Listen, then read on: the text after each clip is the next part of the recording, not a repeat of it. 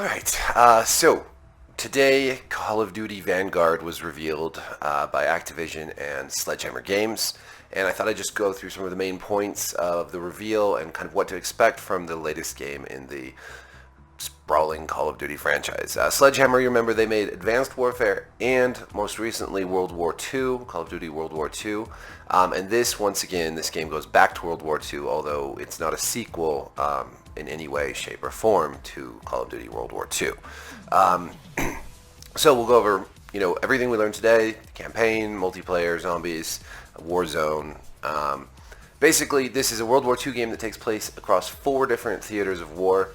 So the campaign will dive into the Western Front, the Eastern Front, South Pacific, and North Africa. So we're getting a wide array of locations in the campaign.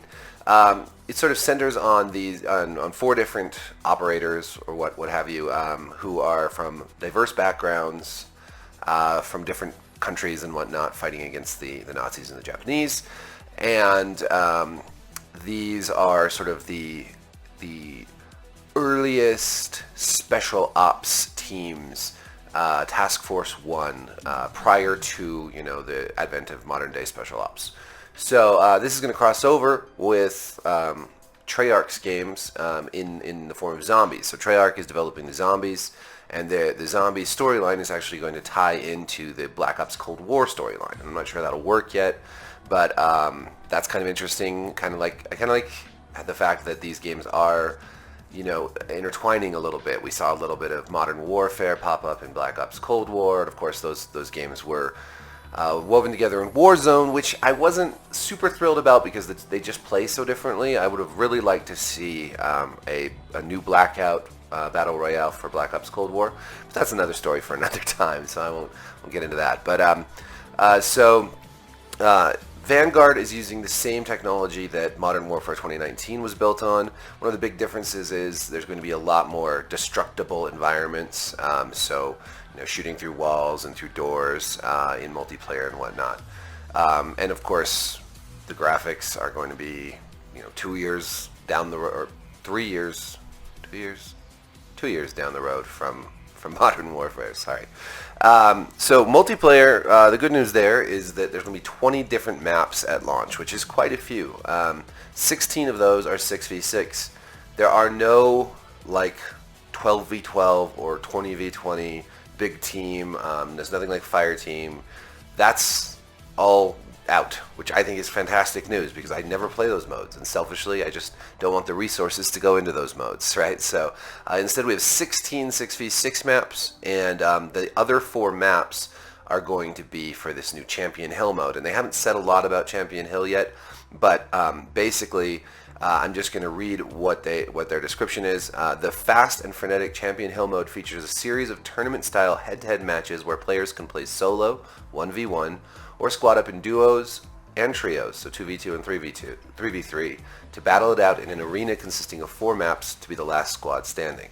So this sounds a lot like Gunfight Tournament in Black Ops Cold War, which is fantastic, and I love the fact that there's 1, 2, or 3 V1, 1v1, 2v2, 3v3, because it gives you options. One of the big problems that I have right now is it's fun if I'm playing with a friend, it's easy to get into gunfight and just play as much as we want. But if I'm playing with 2 friends, we don't have the option of playing 3v3 gunfight unless that's the playlist. And then if I have only 2, then we're short a guy, and then that's a problem, right? So having 1, 2, or 3 player options here is great. Hell, I wish they had 4, but that might be a little big for these smaller maps. It looks like there's not going to be just a regular gunfight mode, but maybe that'll change. I don't know.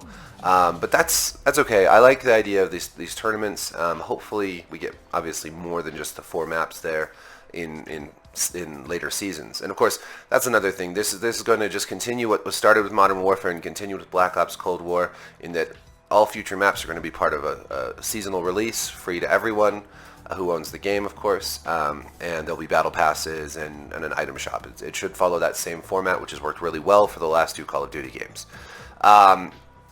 So yeah, the campaign it will sprawl across 4 different theaters of war.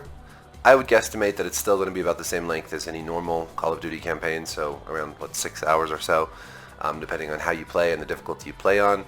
The multiplayer, they emphasize that there's tactical down-the-barrel gunplay. So I guess that's mostly like when you think about more like World War II weapons, without quite all the crazy scopes and stuff that you have in more modern games. But there's still gunsmith. There's a new custom ballistic system, which I don't know much about yet, but that should be interesting. And then what they call reactive environments, which is destructible environments, which should, that could be an interesting twist on multiplayer. Zombies, again, Treyarch's handling that, so there should be a pretty robust zombies, and anyone who's a big fan of zombies, especially in Black Ops Cold War, should find a lot to enjoy in this new zombies. And then Warzone, again, Raven Studios is in charge of that, leading development there.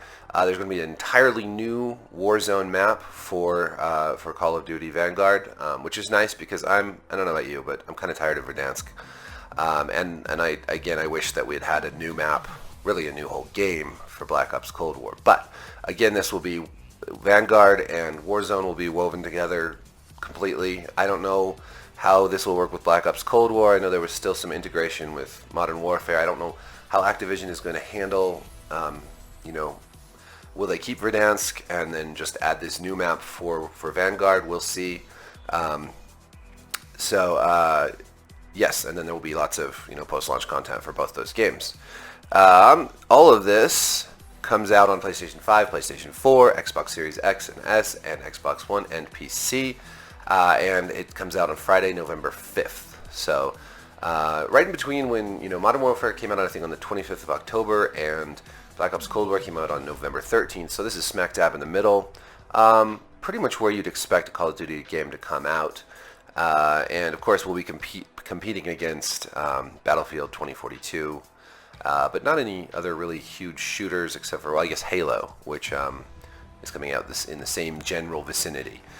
So we got some big shooters actually coming out, some big tentpole shooters, and I'm not a huge Battlefield fan. I really always prefer Call of Duty. I just like the shooting mechanics more, but I think Battlefield 2042 looks good also, and Halo Infinite, we'll see. It's been kind of a hit or miss for that game so far. But yeah, so Call of Duty Vanguard coming out soon, November 5th. Looks pretty good. And there's going to be some for pre-order. If you pre-order, you can get into the open beta early and all of that. And that should be coming up pretty soon. And I'll also be playing the game pretty soon and coming back with some impressions. So I don't know the exact dates for that, but I know that there's going to be some preview event type stuff going on, and I will be a part of that. So thank you for watching. Like, subscribe, hit that notification bell, and peace.